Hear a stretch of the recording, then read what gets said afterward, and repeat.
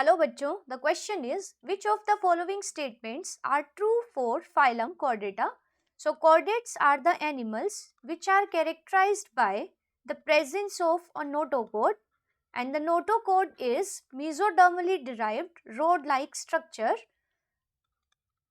Then the presence of central nervous system, and the central nervous system is hollow and it is present on the dorsal side of body. Then the presence of post-anal tail means a tail is present beyond anus. So a post-anal tail, and the pharynx is perforated by pharyngeal gill slits, or we can say pharyngeal slits are there. So these are four features which define a chordate.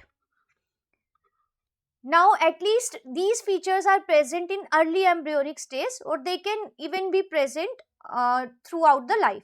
So accordingly, the chordates are divided into three groups or three categories, and these categories are urochordates, then comes cephalochordates, and the vertebrates. So uro means tail.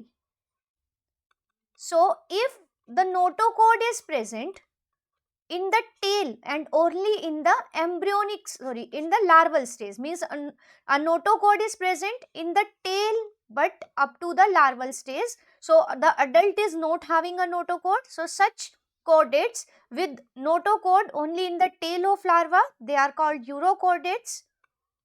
Then comes cephalochordates. So cephalo word means head. So if the notochord extends from head to tail and it is present throughout the life, so these animals are called the cephalochordates. And the vertebrates are the animals where notochord is present in the embryonic stage, but this notochord is replaced by a vertebral column, which may be cartilaginous or bony. So a vertebral column replaces the notochord. So if the notochord is present in the tail of larva, then urochordates. From head to tail, if notochord is present and throughout the life, then the animal is said to be the cephalochordates. And vertebrates are the animals where the notochord is present in the embryonic stage, but it is replaced by the vertebral column. So the urochordates are also known as the tunicates because their body is covered with a covering which is called tunic, and this tunic is composed of a chemical called tunicin. So urochordates are also known as tunicates. Now let's see the options one by one. So first is in urochordata, notochord extends from head to tail and it is present throughout the life. So it is incorrect because in urochordates, uro means tail, notochord is present only in the tail and up to the larval stage. So it does not extend from head to tail and it is not present throughout the life. So this is wrong. Second is in vertebrata, notochord is present during the embryonic period only. So it is correct because notochord is present in the embryo, but later on it is replaced by vertebral column. So it is present up to the embryonic period only. So it is correct. Then the third is central nervous system is hollow and dorsal. So it is correct. In case of the chordates, the central nervous system or nerve cord and brain, they are present on the dorsal side of the body and they are hollow inside.